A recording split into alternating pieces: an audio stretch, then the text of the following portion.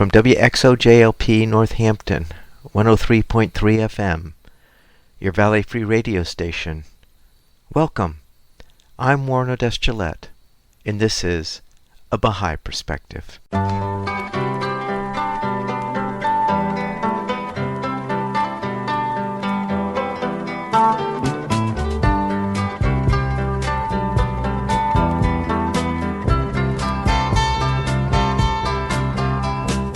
Welcome to A Baha'i Perspective. I recorded an interview with Klare KuOlga on August 10th, 2020. Klare is a singer-songwriter whose style draws from her traditional roots of Papua New Guinea, combined with elements of jazz, R&B, world and soul music. She refers to her style as acoustic soul jazz. We feature her music, including the audio from a video she helped produce. I started the interview by asking Klare where she grew up and what was religious life like growing up. I grew up in Papua New Guinea, was born in Papua New Guinea. My circumstances were a bit different from the norm, I guess. My biological mother died at birth, and so I was actually adopted to an Australian couple who were working for the Catholic mission. Spent 23 years up there for the Catholic mission. So I was adopted. I was raised in a Catholic environment on the mission. Catholicism provided the absolute foundation for my spiritual journey. You know, I came from a very loving environment. My adopted parents also adopted two other girls from different villages. So this became my immediate family away from my village life, you know.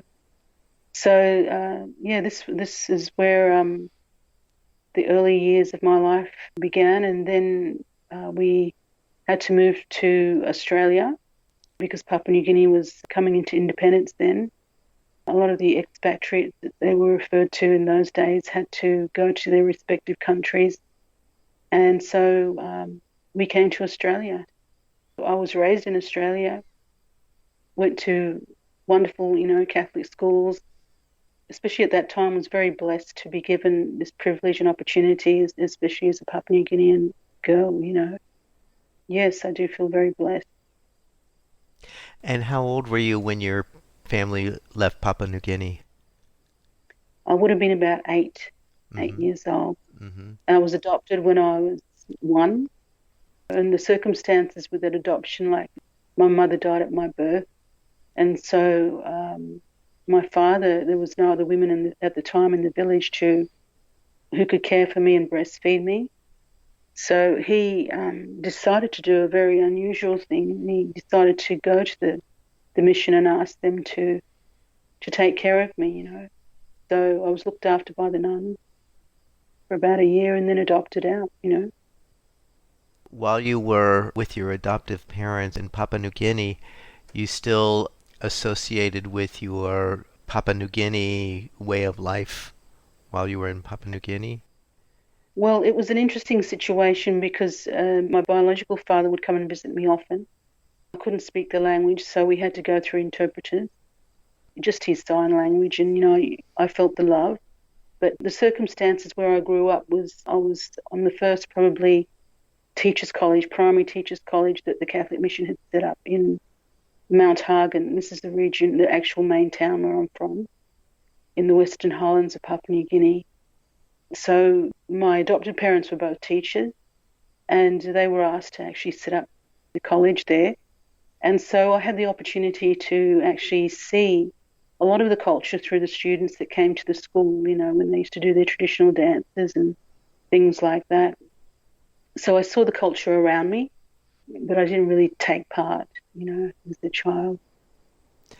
And when you were in Australia, your adoptive parents were white and you started assimilating into their culture in Australia? Yes, really different because, when you're on the mission in New Guinea, it was a very sort of closed, small community, highly focused on spiritual life.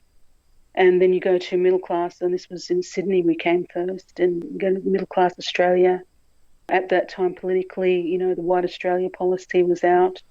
And here we are in this nucleus of a family with 3 Papua New Guinean girls and 2 white parents. So was quite unusual at the time. We're talking about, the 70s in Australia growing up. I saw that we were also very blessed in a lot of ways. We still continued on, going to church and things like that, and as part of our Christian lifestyle and things like that. Growing up as children, like for me personally, I thought it was wonderful because there was so many things to see. I'd never seen, skyscrapers or the Sydney Harbour Bridge. I used to call it the Half Bridge. Everything was such a novelty as a child because it was so different from the lifestyle in PNG. And then I went to a Catholic, mainly all girls' schools. And so, you were like this novelty, kids, they wanted to touch your fuzzy hair. And it was quite an amazing experience. And being part of the Christian lifestyle, I just felt loved and supported.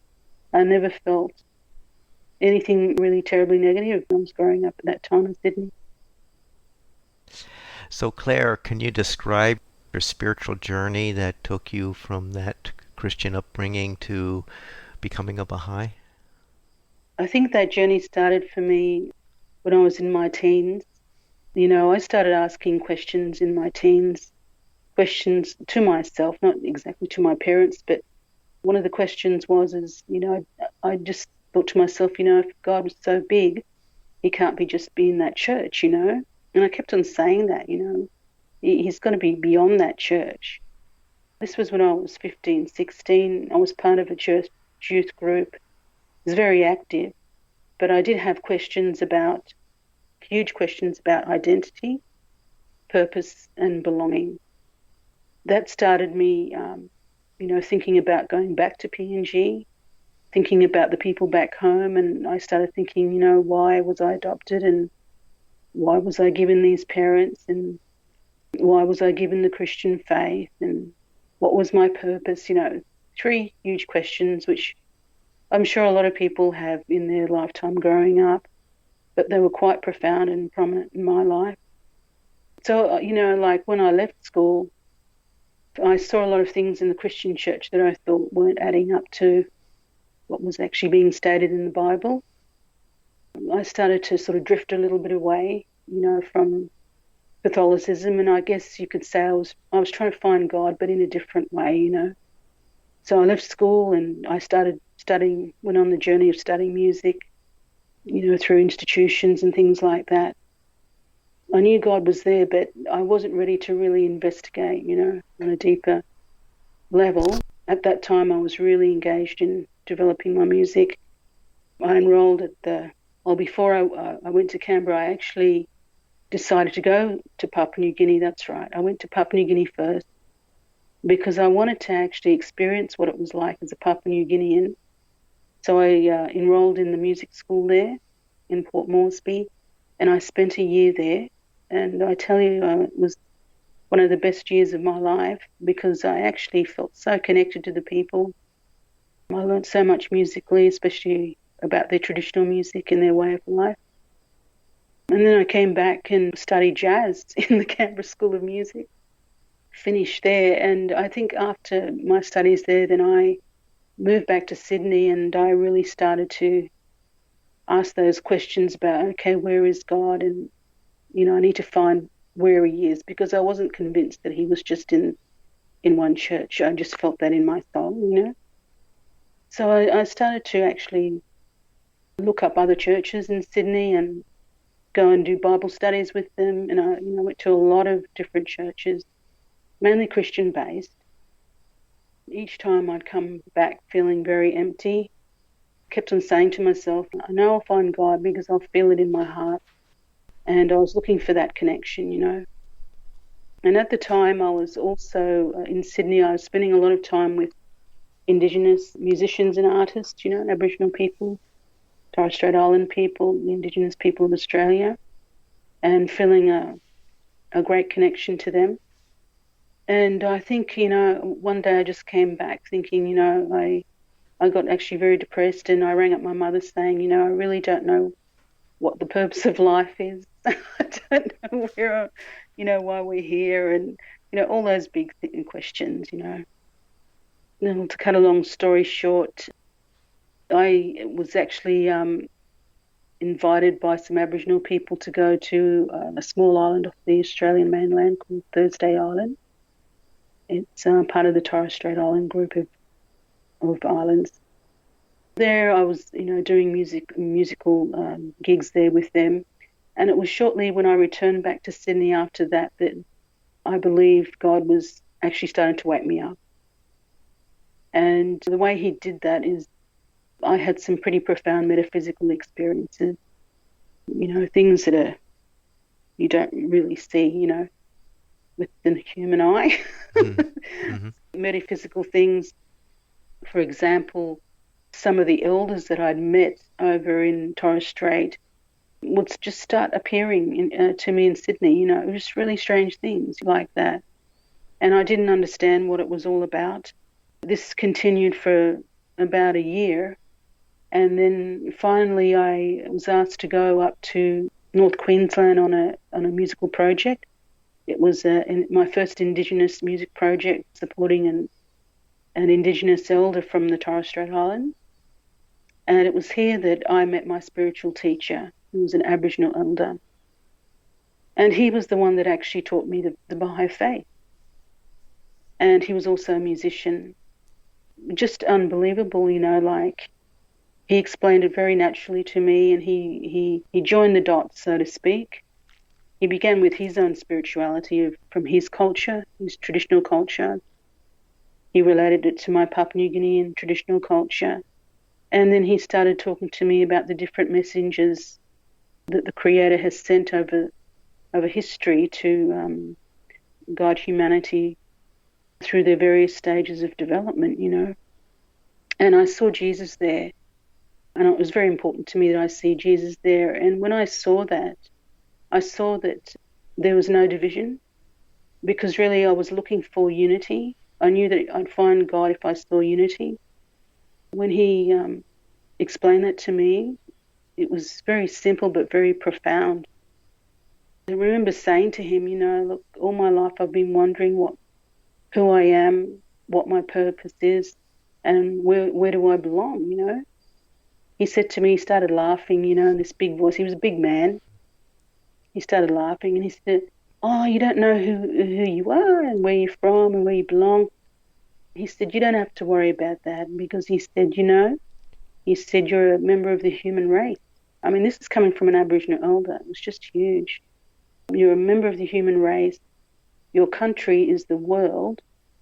Your life purpose is to bridge cultures together through your music, bring people together, This is how I was introduced to the faith, and this is how I felt that this was the truth for me at that time, So six months after that, I became a Baha'i in 2000. So it's a very, very interesting story, I feel very blessed, yeah. I'm speaking with Klare KuOlga, singer-songwriter whose style draws from her traditional roots from Papua New Guinea, combined with elements of jazz, R&B, world and soul music. She refers to her style as acoustic soul jazz musician. And so I guess music has been a central part of your life even as a child? Yes, my adopted mother was actually a trained classical musician, and she taught us the piano from a very young age. Growing up in the house on the mission in Papua New Guinea, we always had music, and I had an innate love for it. I just fell in love with it straight away. And I knew from a very young age that's all I wanted to do. It was just very profound. And of course, all the beautiful music, like when we went to church on Sundays, the students would always sing in 3 to 4 part harmony with the string bands and the ukuleles, and it was just absolutely beautiful. Hearing the church worship, and then go home and mum and dad would have their classical records on, and then my older sister would have her Creedence Clearwater Revival records on. And, it was just a real melting pot, It was great. When I think about it, it was very different from, at that time, the average Papua New Guinean girl in the village life. This is what I was experiencing, at that time. And I was very aware of what was around me, like the village people and everything, Yeah.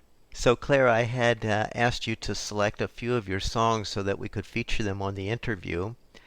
The first one that we're going to feature is a song called The Promise. So maybe you could tell us about that song and then we'll play it. Yes, this song I wrote about one of the central figures of the Baha'i faith.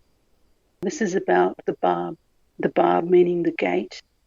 He was the central figure that appeared first to prepare humanity for the coming of, we refer to in the Baha'i faith as the glory of God. So he was preparing the way, getting their hearts ready for the teachings of the one that would come after.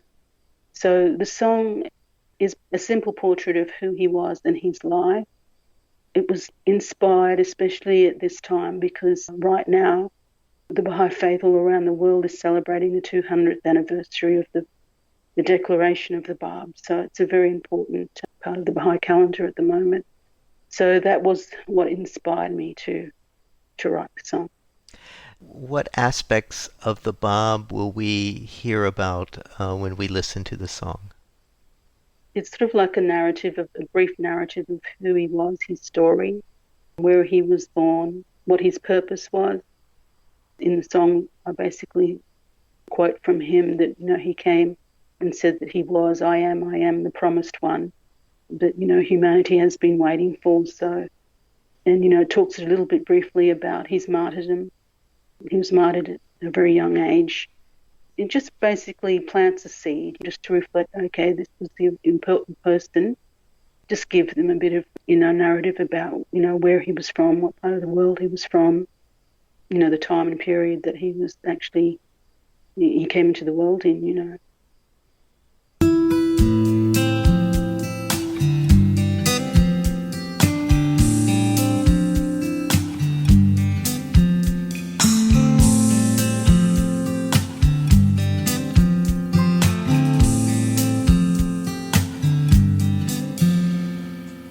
He was born on the 20th of October, 1819.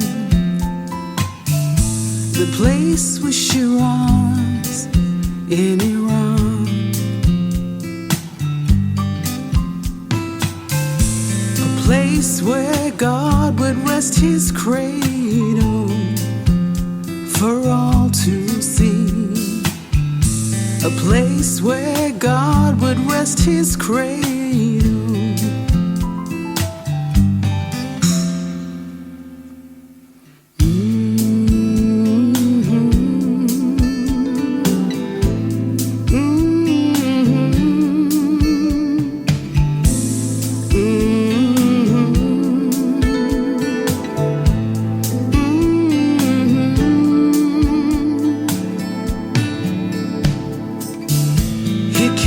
From the family of Hagar, one of Abraham's 3 wives.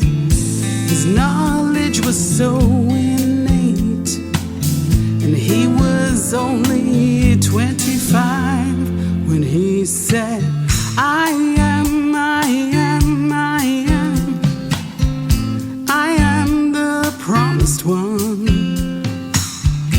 I am, I am, I am, I am the gate of God.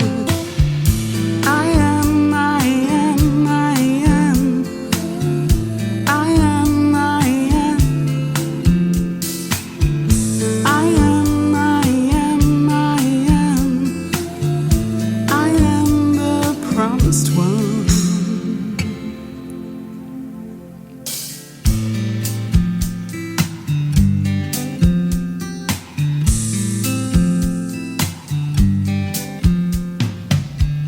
He came to bring a new message. He came to renew the world. He came to prepare the people for the glory of God. And he said, I am, I am, I am, I am the promised one. I am, I am, I am, I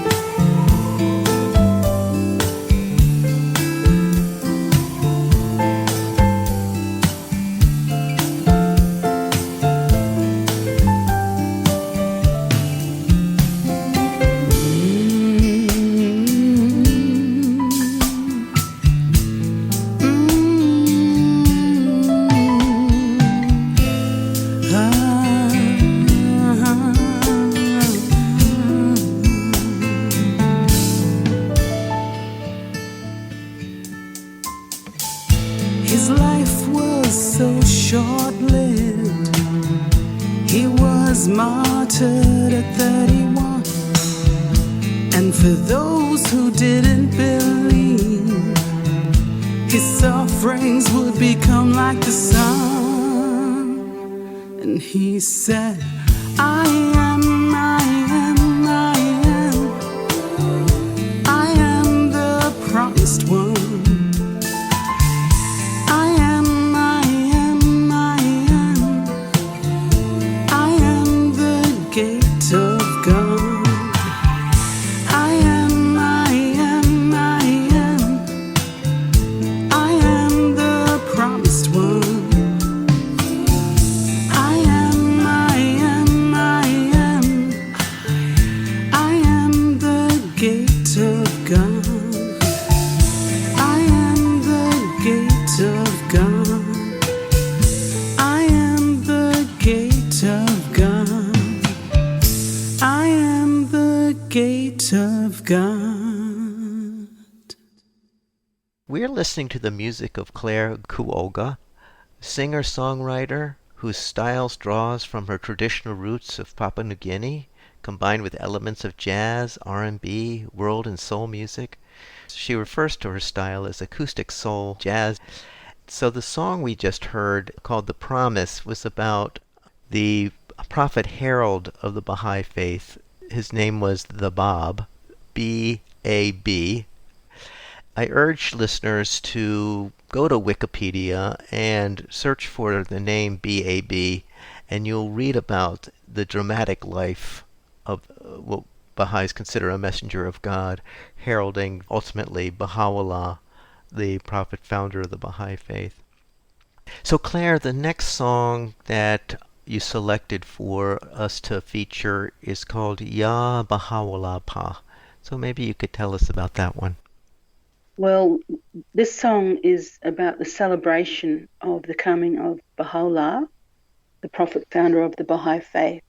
And it's been written as, like with joy. The whole feeling of the song is about, this is a celebration. He's come, the promised one of all ages has come that humanity has waited for. Again, it's a simple narrative about Baha'u'llah and who he was. And I was inspired to write it again because the Baha'i world was celebrating at that time the 200th anniversary of the birth of Baha'u'llah. So Baha'u'llah, in Arabic basically means the glory of God. In all of the scriptures from all the holy books, the previous prophets have always talked about the glory of God coming for humanity. So the song is about that celebration, that we don't have to wait anymore. He's actually here, and it is a celebration. So this is Ya Baha'u'llah Pa. The day has come, have you seen it? The greatest day of all has dawned. Can you feel it? Can you feel it? The promise has been fulfilled. Have you seen it? He has come in the glory of the Father foretold. Oh yeah, Baha'u'llah, oh yeah, Baha, oh yeah, Baha'u'llah, oh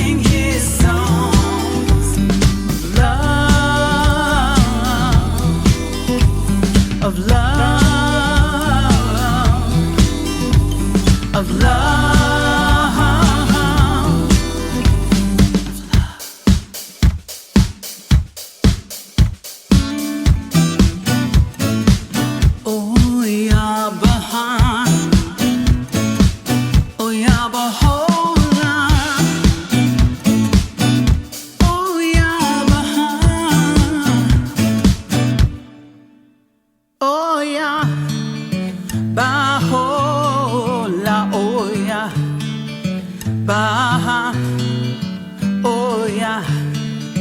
Bahola, oh yeah.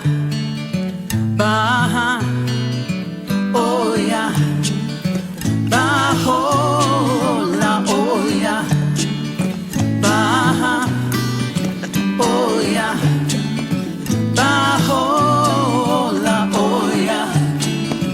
Baha, oh yeah. Bahola, oh yeah. Baha, oh yeah. Bahola, oh yeah. Baha, oh yeah. Bahola, oh yeah. Baha, oh yeah. Bahola, oh yeah. Baha.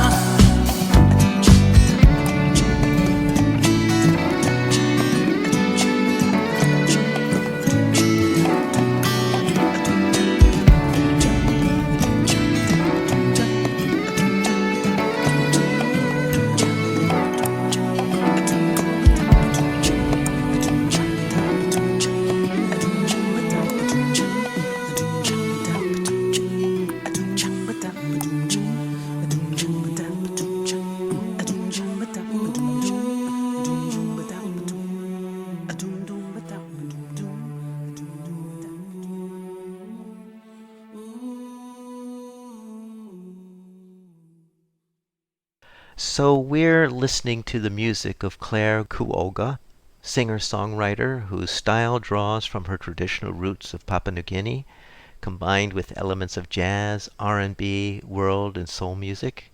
And she refers to her style as an acoustic soul and jazz. And we had just listened to her composition called Ya Baha'u'llah, which is a derivation of the name Baha'u'llah, the prophet founder of the Baha'i faith.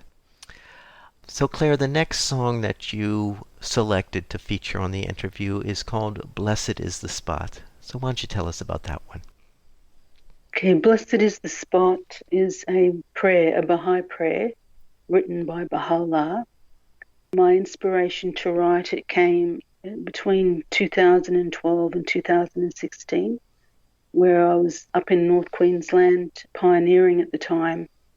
Pioneering for the Baha'i faith basically means, you go to a certain place, you go there to help the community, not just the Baha'i community, but all the community spiritually develop in their understanding of why we're here.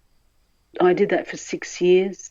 I learnt a lot, in these experiences. When you go to different settings, you always learn so much, from the community around you.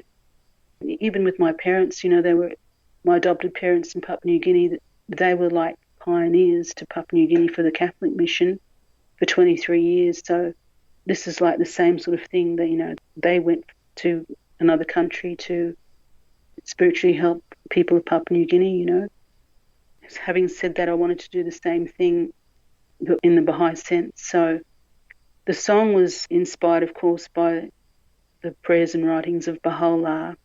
I really love this prayer because it talks about the prayer can be done anywhere you choose, having that special connection with the Creator.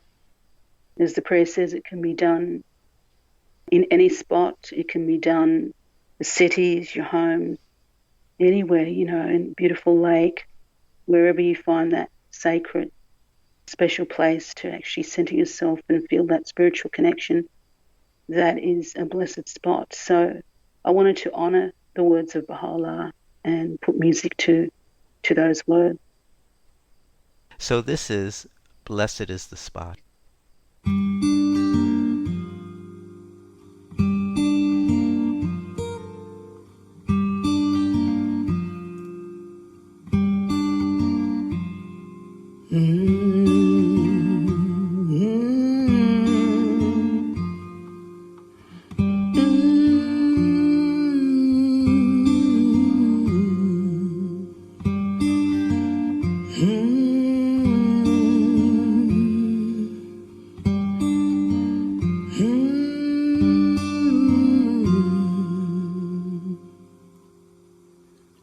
Blessed is the spot and the house and the place and the city and the heart and the mountain and the refuge in the cave and the valley and the land and the sea and the island and the meadow. Blessed,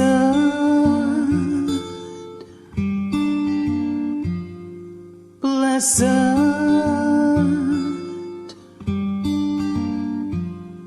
blessed,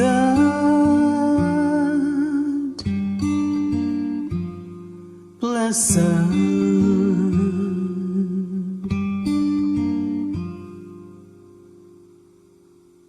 Blessed is the spot and the house and the place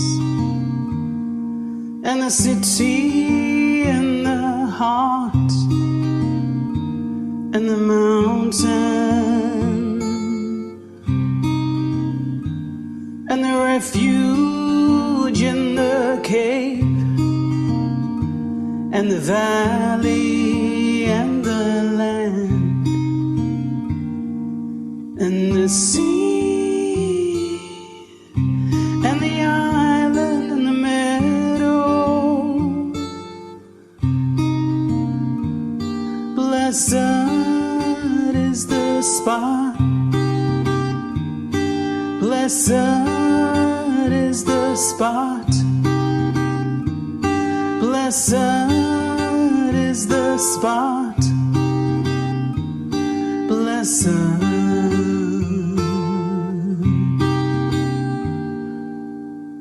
When mention of God hath been made at His praise, glorified. When mention of God hath been made at His praise, glorified.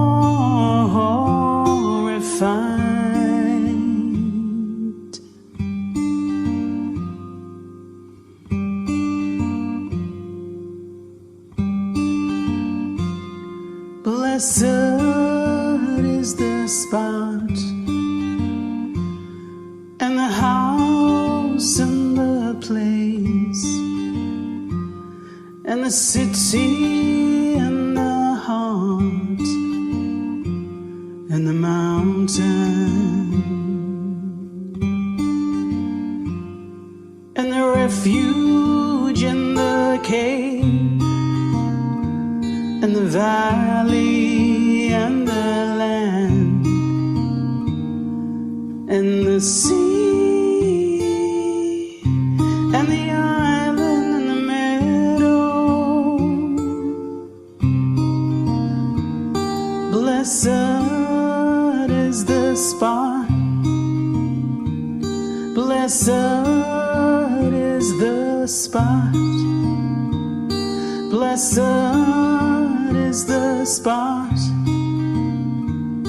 blessed,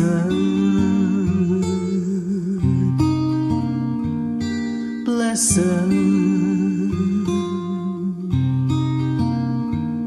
blessed, blessed.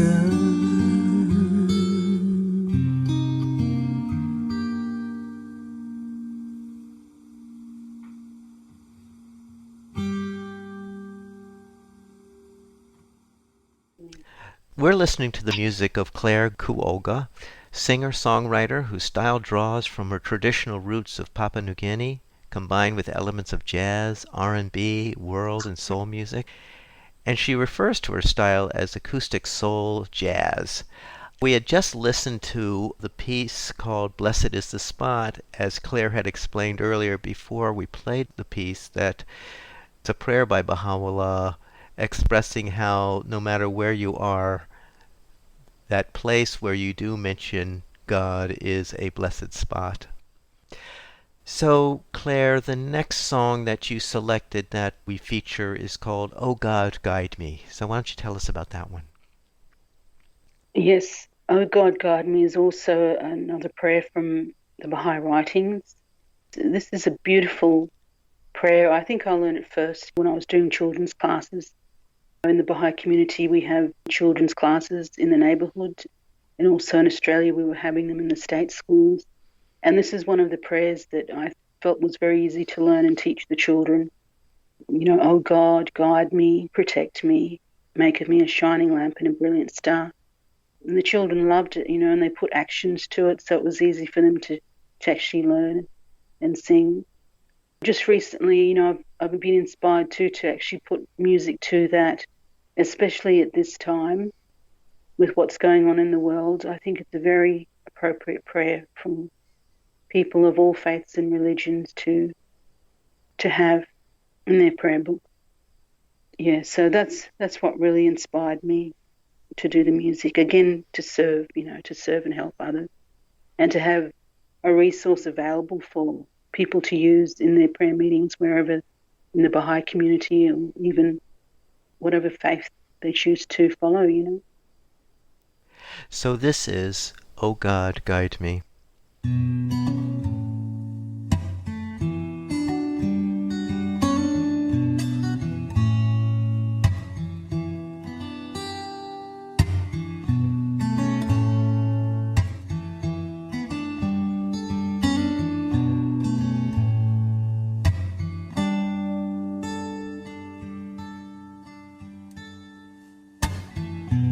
Oh God, guide me, protect me, make of me a shining lamp and a brilliant star.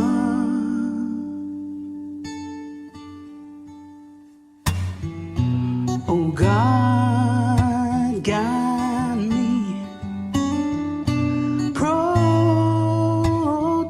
me, make of me a shining lamp and a brilliant star.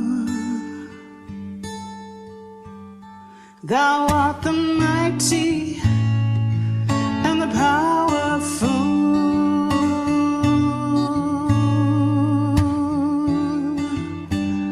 Thou art the mighty and the powerful.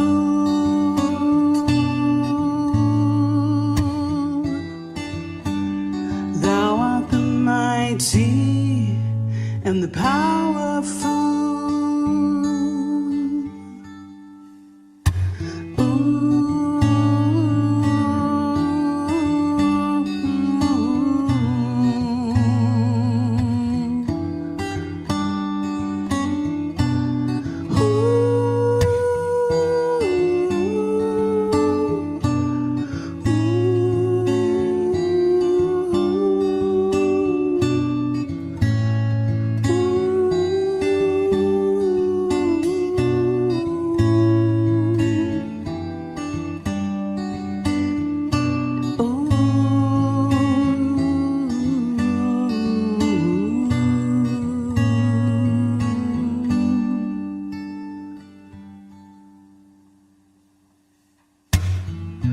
Oh God, guide me, protect me, make of me a shining lamp and a brilliant star. Thou art the mighty and the powerful.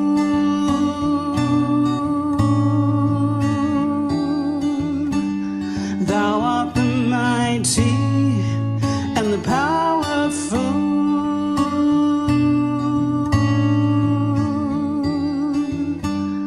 Thou art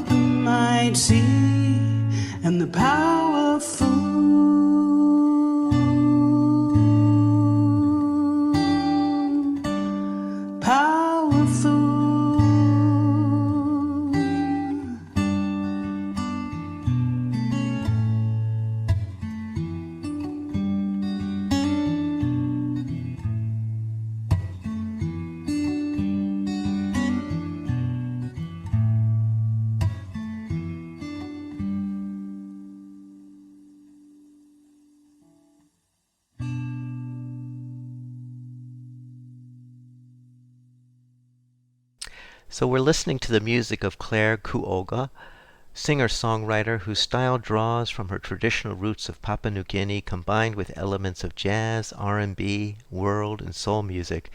And she refers to her style as acoustic soul jazz. And we had just listened to a piece called "O God, Guide Me," which is a prayer by Abdu'l-Baha. And Klare, you said something that piqued my interest. You said that this particular prayer could be of value for folks at this particular time with things that are going on. Maybe you could elaborate a little bit on what you mean. This is just my personal view that for a lot of people, this is a time of uncertainty and not sure, what's happening. There's been so many people dying. With the words of this prayer, "Oh God, guide me, protect me, make of me a shining lamp, a brilliant star," to me personally, it offers solace.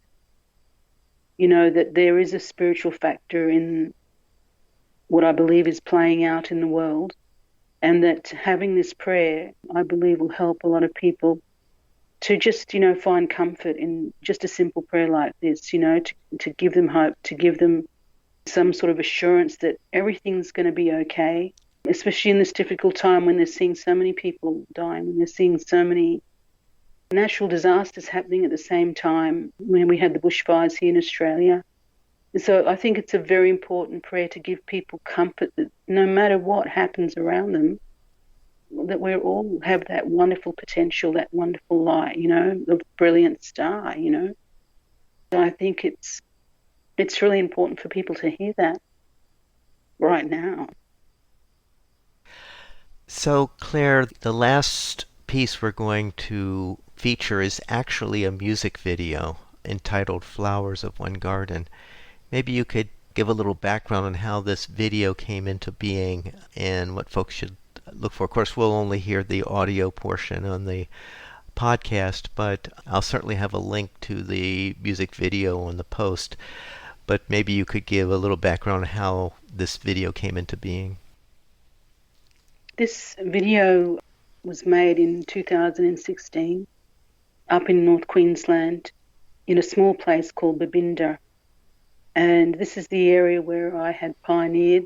And in that time, I met a lot of interesting people. And one of those people was an elder of the region of that area, Babinda. And her name is Annie Wonga, or Auntie Annie Wonga, she's known in the region. She's the last living elder of the region, a very important person in that community. She doesn't have any living siblings either. She was the one that everybody in the area called upon to, what we call in Australia, welcome to country. Whenever there's an important event, the council members will actually call upon an elder to welcome people to country. She was there and I had the honour of meeting her. It was really interesting because the first thing she said to me when she met me, she said, "I knew somebody like you was going to come." It was just really strange, like she just knew that somebody like me was going to come. And she said, "Yeah, I've been waiting for somebody like you to come." These were her words. And she said, "I want you to help me take my cultural stories into the schools and develop some sort of program to do that." So that's what I did. I actually developed an educational program based around her traditional stories, and we ended up taking them into the schools. The children of the area absolutely loved the program. She came in as well and told the children about the stories. We had some of the local Aboriginal children come and do all the dancing, of the old stories and things like that. And we were coming to the end of the program and she said, "I've always wanted people from all cultures to come to my country and dance or sing, and that's very important to me. I want everybody to come to my country and feel welcome." Prior to meeting her, about, I think, it was a good 5 years before meeting her, I had written a song called "Flowers of One Garden." "Flowers of One Garden," the words are actually inspired by the Baha'i writings, Baha'u'llah, and the whole concept of "Flowers of One Garden" song is about unity, the oneness of humanity. I had written this song, Flowers of One Garden, and I actually sang it for the first time to Auntie Annie there in Babinda. And she looked at me and she said, "Oh, this is the song." She said, we need to sing this song in." In Aboriginal culture, when people are talking about singing in song, they're basically talking about making things happen. They're basically talking about singing in a story or things like that, songline. So she said, "You have to do this. You have to record this song, and this is the song we have to teach the children." We went back and we taught the children the song, and they absolutely loved it. And the next minute, I went to Cairns to actually record the track. And I had some wonderful Indigenous musicians that recorded on this track. And then we went ahead and had the video made. And the video was completely done on Auntie Annie's country. And in the start of that video, she's welcoming everybody from around the world to her place. Yeah, the inspiration for that song is, definitely from the Baha'i writings, from the Baha'i perspective of, the oneness of humanity, that really important principle. But it really meant something more to me in that context when, Auntie Annie welcomed me to her country, and, she wanted to share her cultural stories with the children of the area. And some of the children from the school programs and their families are actually part of the music video to this song. So it was an amazing experience for me. I really learnt a lot from that process. It was a wonderful experience to have. So this is audio from the music video, Flowers of One Garden. Ngayo bomba, yun ba bomba, ngayo bomba.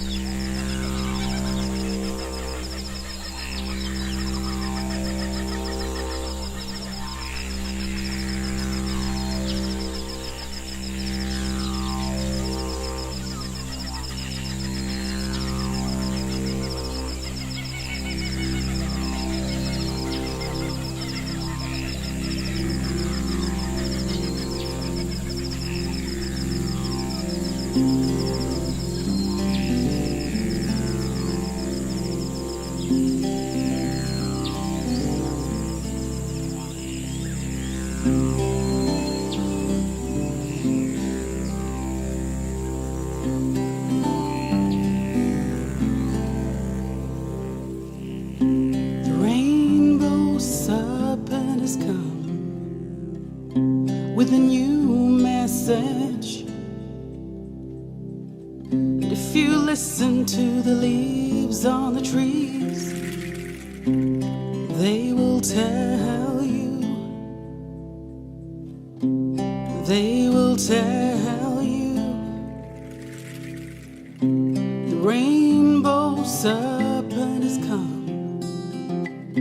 with a new message.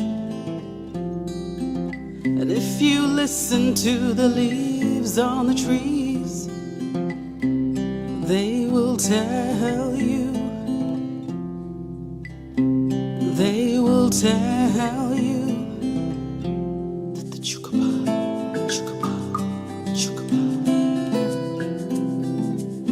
the spirit has been renewed.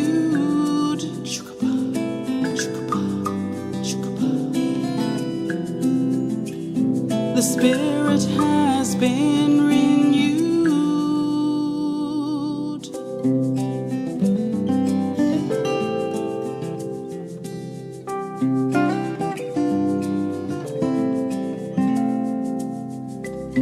The rainbow serpent has come with a new message. And if you listen to the leaves on the trees,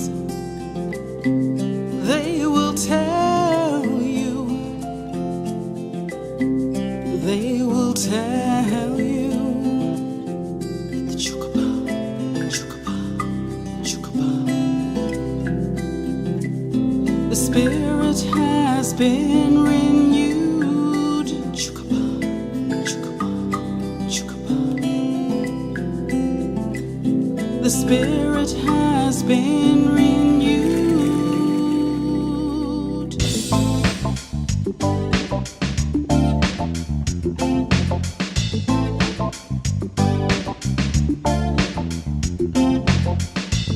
And today we see so many cultures living in this land. And today we see so many footprints on our red sands, and the old song lines of the dream time, they connected those from this land. And the old song lines of the sea people, they connected them to the stars.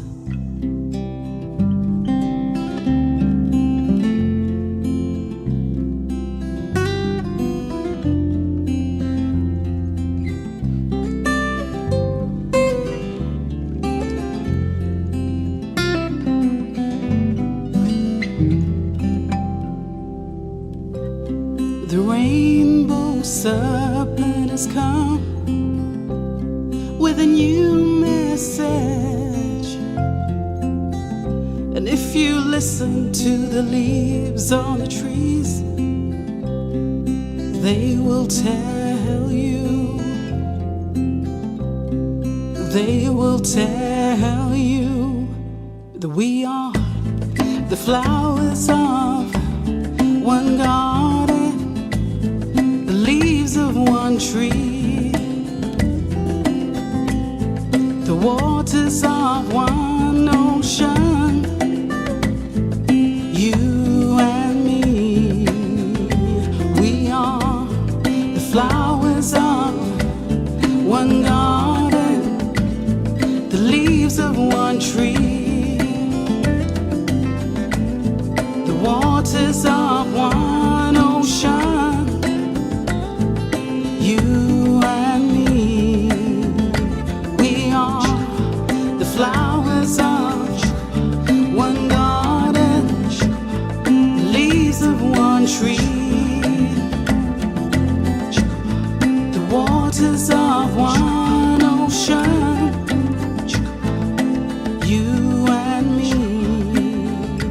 We are the flowers of one garden, the leaves of one tree, the waters of one ocean, you and me. So we've been listening to the music of Klare KuOlga, singer-songwriter whose style draws from her traditional roots from Papua New Guinea, combined with elements of jazz, R&B, world, and soul music, and she refers to her style as acoustic soul jazz. And we had just listened to the audio from the music video Flowers of One Garden, and the title comes from, as Claire had mentioned earlier, from the Baha'i writings in which Baha'u'llah refers to flowers of one garden are most beautiful when they're a variation of color. And so the Baha'i concept of unity is really unity with diversity, because just unity with sameness is not as beautiful as with the diverse cultures and backgrounds that make a wonderful human flower garden. So, Claire, where can folks find your music? You can find my music on my website. It's www.clarekuolga.com. They can also buy my music on 9 Star Media and Spotify, Apple Music, and Amazon. They're the main platforms that you can go to access the music. Well, Claire, thank you so much for spending this time with us and sharing your wonderful music. Thank you. Oh, thank you. Thank you very much, Warren, and thank you to all the listeners.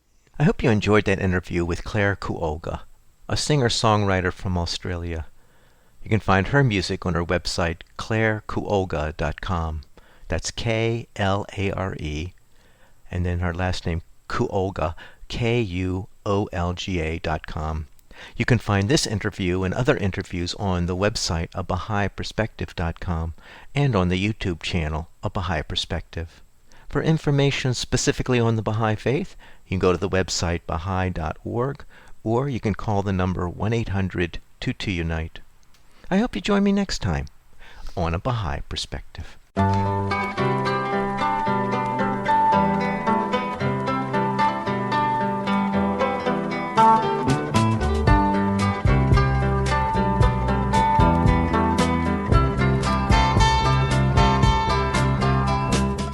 This is WXOJLP Northampton, 103.3 FM, your Valley Free Radio station, streaming at www.valleyfreeradio.org.